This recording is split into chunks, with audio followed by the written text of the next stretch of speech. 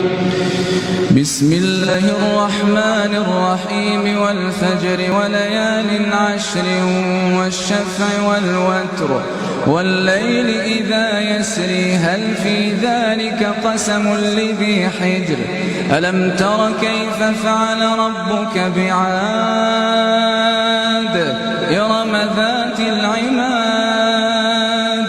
التي لم يخلق مثلها في البلاد وثمود الذين جابوا الصخر بالوادي وفرعون ذي الأوتاد الذين طغوا في البلاد فأكثروا فيها الفساد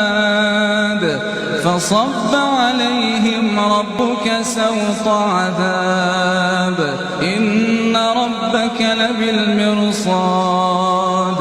فأما الإنسان إذا ما ابتلاه ربه فأكرمه ونعمه فيقول ربي أكرمن وأما إذا ما ابتلاه فقدر عليه رزقه فيقول ربي أهانني كلا بل لا تكرمون اليتيم ولا تحضون على طعام المسكين وتأكلون التراث أكلا لما وتحبون المال حبا جما كلا إذا دكت الأرض دكا دكا وجاء ربك والملك صفا